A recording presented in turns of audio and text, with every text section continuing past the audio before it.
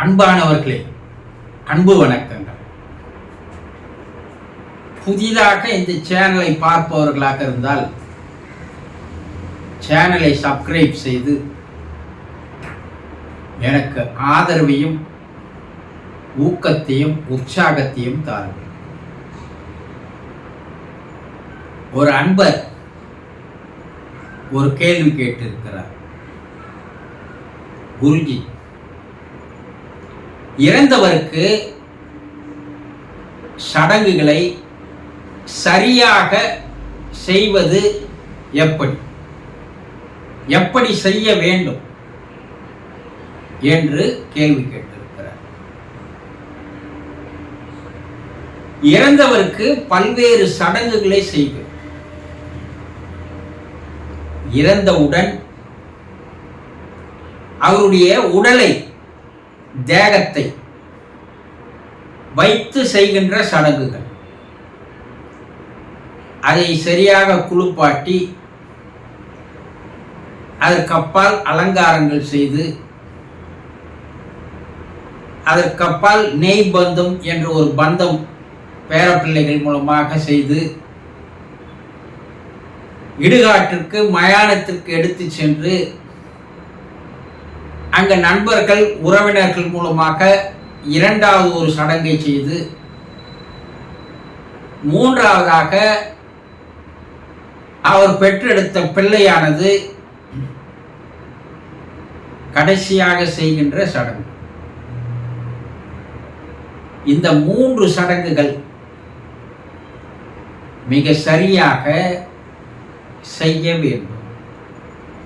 ஏனென்றால் நீங்கள் மிக சரியாக செய்கிறீர்களா இல்லையா என்பதை அந்த உடலுக்கு மேலே, அந்த தேகத்திற்கு மேலே நின்று கொண்டிருக்கின்ற அவருடைய ஆன்மா, இறந்தவருடைய ஆன்மா உங்களுடைய செய்கைகளை எல்லாம், நடவடிக்கைகளை எல்லாம் பார்த்த வண்ணமாக இருக்கிறது என்பது ஆராய்ச்சிகளின் மூலமாக கண்டுபிடிக்கப்பட்ட உண்மைகள். ஏதோ சடங்குக்காக, ஊராருக்காக செய்ய வேண்டும் என்ற ஒரு அர்ப்பணிப்பு இல்லாமல், ஒரு ஆழ்ந்த அன்பு இல்லாமல்,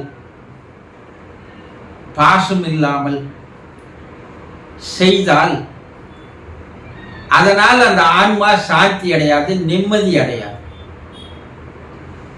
அந்த ஆன்மா சாந்தி அடையாது, நிம்மதி அடையாது போகும்போது உங்களுக்கு பல்வேறு துன்பங்கள், பிரச்சனைகள் வரிசையாக வரும். இறந்தவுடன் அந்த தேகத்திற்கு, உடலுக்கு ஒரு மரியாதையை தர வேண்டும். ஏனென்றால் 40-50 ஆண்டுகளாக அந்த தேகம், அந்த உருவம்தான் உங்களுக்கு ஒரு தாயாக, தகப்பனாக, கணவனாக, மனைவியாக இருந்து உங்களோடு வாழ்ந்து வந்தது. அப்படி உங்களுக்காக வாழ்ந்த அந்த ஆன்மா கடைசியாக நீங்கள் அந்த தேகத்திற்கு எந்த அளவிற்கு ஒரு உரிய மரியாதையை தருகிறீர்களோ அதனால் மேலே நின்று பார்த்து கொண்டிருக்கின்ற ஆன்மா சந்தோஷப்படுகிறது, நிம்மதி அடைகிறது. ஆன்மா சாந்தி அடைவதற்கு அதற்கு ஏதுவாக உங்களுடைய செய்கைகள் அமைகிறது. இது ஒரு சடங்கு முறை. சரி, அடுத்து 16வது நாள் செய்கின்ற ஒரு சடங்கு இருக்கிறது. அந்த சடங்கையும் முழுமையான அர்ப்பணிப்போடு, அவர்கள் உங்களுக்காக வாழ்ந்தார்கள், அப்ப அவர்களுக்கு செய்கிற நன்றி கடன் என்ன? நீங்க அந்த நன்றி கடன் இதுதான். அந்த 16வது நாள் செய்கின்ற 4வது சடங்கு. அதை முழுமையாக அர்ப்பணிப்போடு செய்ய வேண்டும். ஏனோ தானோ என்று செய்தல் கூடாது. ஏனென்றால் அந்த ஆன்மா இன்னும் மேல் உலகிற்கு செல்லவில்லை. உங்களோடவே தான் உங்களுடைய நடவடிக்கைகளை கவனித்தபடி உங்கள் வீட்டிலேயும் நீங்கள் போகின்ற இடமெல்லாம் வந்து நீங்கள் செய்கின்ற செய்கைகளை நடவடிக்கைகளை எல்லாம் கண்காணித்த வண்ணமாக இருக்கிறது. இந்த 16வது நாள் நாம் செய்கின்ற சடங்கு மிக சரியாக இருந்து ஆரம்பத்தில் செய்த 3 சடங்கும் இந்த 4வது சடங்கும் மிக சரியாக முழுமையான அர்ப்பணிப்போடு மனதார நீங்கள் செய்தால் 16வது நாள் அந்த ஆன்மா மேலே சென்று விடுகிறது. அடுத்து மாதம் மாதம் நீங்கள் அமாவாசை அன்று ஒரு திதி செய்வதாக ஒரு சடங்கை செய்கிறீர்கள் இல்லையா? மேலே ஆவி உலகிற்கு சென்ற அந்த ஆன்மா அங்கிருந்து உங்களை கவனித்தபடி இருக்கிறது. இன்னும் அது முழுமையா ஆன்ம சாந்தி அடையவில்லை. அப்ப அந்த சடங்கை நீங்கள் செய்கின்ற அந்த முறை சரியாக இருக்க வேண்டும். ஆனால் வேறு ஒருவரை வைத்து செய்யும் போது அந்த முறைகள் மாறுபடுகின்றன. ஏன்னா இதுவரைக்கும் செய்த சடங்குகள் நீங்கள் நேரடியாக அந்த ஆன்மாவோடு தொடர்பு கொள்கிறீர்கள்.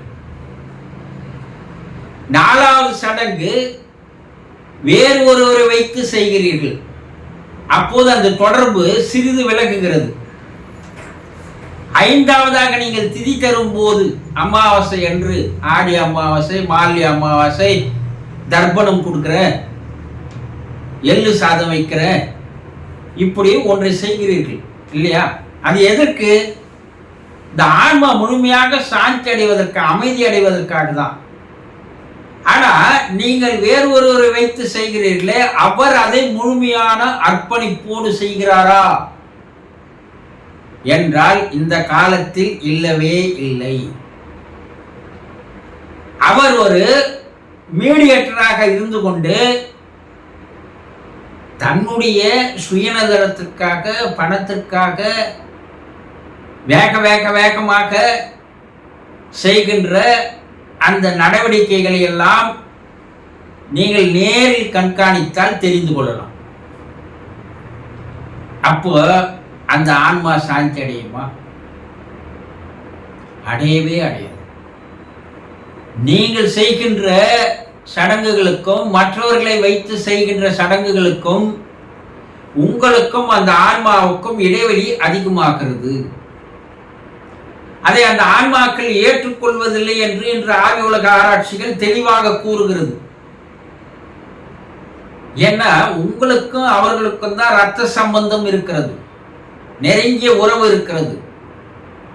உங்கள் மனதை அவர்களுக்கு தெரியும், அவர்கள் மனது உங்களுக்கு தெரியும்.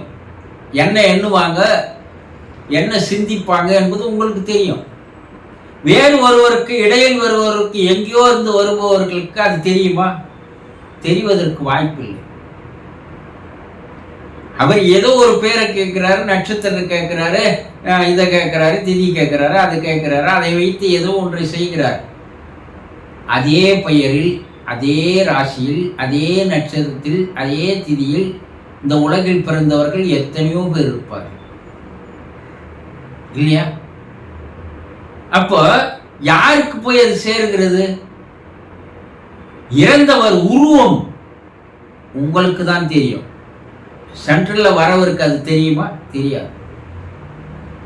அப்போ அதனால் பலன் ஏதும் இல்லை என்பதுதான் ஆராய்ச்சிகளின் உண்மை.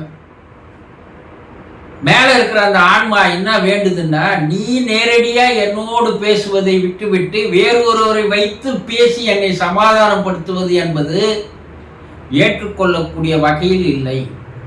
அப்ப என் மீது உனக்கு அன்போ பாசமோ அக்கறையோ இல்லை என்றுதான் அந்த ஆன்மாக்கள் தெரிவிக்கிறது. அப்ப என்னதான் செய்யணும்? யாரும் தேவையில்லை. பல ஆண்டுகள் உங்களோடு வாழ்ந்தவர்கள். நீங்கள் முழுமையான மனதோடு பிரார்த்தனை செய்தால் போதும். அந்த பிரார்த்தனையினுடைய எண்ணங்கள், செய்திகள் அவர்களை நேரடியாக போய் சேர்கிறது. அதன் மூலமாக அவர்கள் ஆன்மா சாந்தி அடைகிறது, அமைதி அடைகிறது. அதனால் அவர் மறுபிறப்பை நோக்கி செல்கிறார். இதையெல்லாம் சரிவரையாக செய்யாத போது அதனால் ஏற்படுகின்ற பாதிப்புகள் அளவுக்கு அதிகமாக இருக்கிறது. என்ன, அந்த ஆன்மா சாந்தி அடையல, அது வருத்தத்தில் இருக்குது, வேதனையில் இருக்குது, துன்பத்தில் இருக்குது. அதனுடைய வருத்தமும் வேதனையும் துன்பமும் கவலையும் அதனுடைய எண்ண அலைகள் உங்களை தாக்குகிறது, உங்களை சித்தம் செயல்பட விடாமல் தடுக்கிறது. ஏதோ ஒரு தீர்க்கமான முடிவு உங்களால் எடுக்க முடியாது. குழம்பி போவீங்க, தூக்கம் இல்லாத போவீங்க, பிரச்சனைக்கு மேல் பிரச்சனை வரும். சின்ன பிரச்சனை கூட பெருசா தெரியும், அதை சால்வ் பண்ணக்கூடிய வழி உங்களுக்கே தெரியும், ஆனா உங்களுக்கு அது தோன்றாது. அப்போ பல பிரச்சனைகள் நீங்கள் சரியாக அந்த நன்றி கடனை அவர்களுக்கு சரியாக செய்யாத போது அவர்கள் மனம் வருத்தம் அடைகிறது. ஆக யாரும் தேவையில்லை, நீங்களே காலை மாலை அந்த உருவத்தை எடுத்து மனக்கண்ணில் எடுத்து அல்ல அந்த உருவ படத்திற்கு எதிரில் நீங்கள் அமர்ந்து கொண்டு அவர்களோடு நேரடியாக பேசுவதாக எண்ணி அவர்களை நீங்களே சாந்திப்படுத்தலாம், அமைதிப்படுத்தலாம். இது 100% வேலை செய்கிறது என்று அந்த ஆன்மாக்கள் தெரிவிக்கிறது. ஆக நீங்கள் மிக சரியாக செய்ய வேண்டும் 1, அது மனப்பூர்வமாக செய்ய வேண்டும் 2, அந்த செய்கையின் மூலமாக அவர்களுக்கு நன்றி கடனை செலுத்துவது 3, அதன் மூலமாக உங்கள் மனம் லகுவாக லேசாக மாறினால் அந்த ஆன்மா சந்தோஷப்படுகிறது, ஆனந்தப்படுகிறது, அது சாந்தி அடைந்து மறுபிறப்புக்கு போகிறது. மறுபிறப்பு எடுக்கிற வரை உங்களுக்கு அது பாதுகாப்பாக ஒரு அரணாக எந்த தீங்குகள் வராதவாறு உங்களுக்கு கண்ணுக்கு தெரியாத ஒரு கவசமாக இருந்து உங்களை பாதுகாக்கிறது என்பது ஆராய்ச்சிகளில் தெரிய வருகிறது. தெரிந்து கொண்டீங்களா? சந்தோஷம்.